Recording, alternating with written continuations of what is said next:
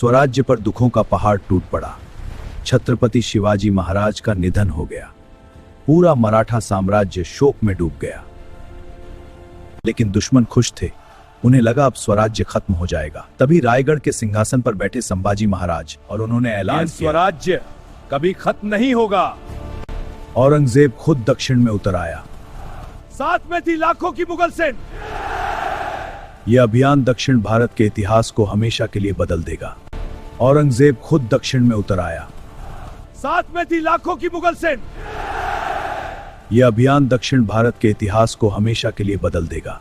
उसे लगता था संभाजी कुछ महीनों में हार मान लेंगे, लेकिन संभाजी महाराज ने गुरिल्ला युद्ध से मुगलों की नींद उड़ा दी।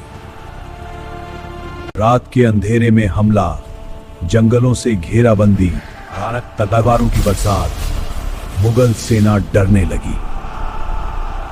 8 साल तक स्वराज्य को झुका नहीं पाया। औरंगजेब स्वराज्य को झुका नहीं पाया।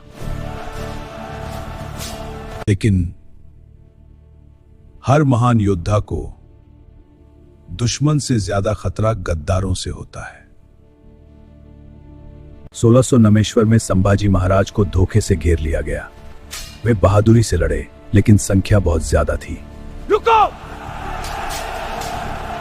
आखिरकार मुगलों ने उन्हें पकड़ लिया।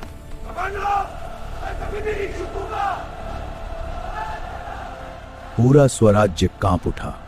औरंगजेब चाहता था कि संभाजी महाराज इस्लाम कबूल कर ले। बदले में राज्य, धन और जिंदगी देने का वादा किया गया। स्वीकार नहीं करूंगा। मौत मंजूर है, लेकिन धर्म और स्वाभिमान का सौदा नहीं। शेतार की चेतना। उन पर अमानवीय अत्याचार किए गए। मैं कभी नहीं झुका। लेकिन इतिहास गवाह है, आखिरी सांस तक नहीं झुकेंगे। मैं संभाजी छत्रपति शिवाजी महाराज का पुत्र हूं। मराठा कभी। छत्रपति संभाजी महाराज वीर गति को प्राप्त हुए, लेकिन उनकी मृत्यु मुगलों की जीत नहीं थी, क्योंकि संभाजी महाराज ने मराठों के दिलों में ऐसी आग जलाई जिसने आगे चलकर मुगल साम्राज्य को खत्म कर दिया। औरंगजेब सोचता रहा कि उसने संभाजी को हरा दिया, लेकिन सच ये था, संभाजी महाराज अमर हो चुके थे।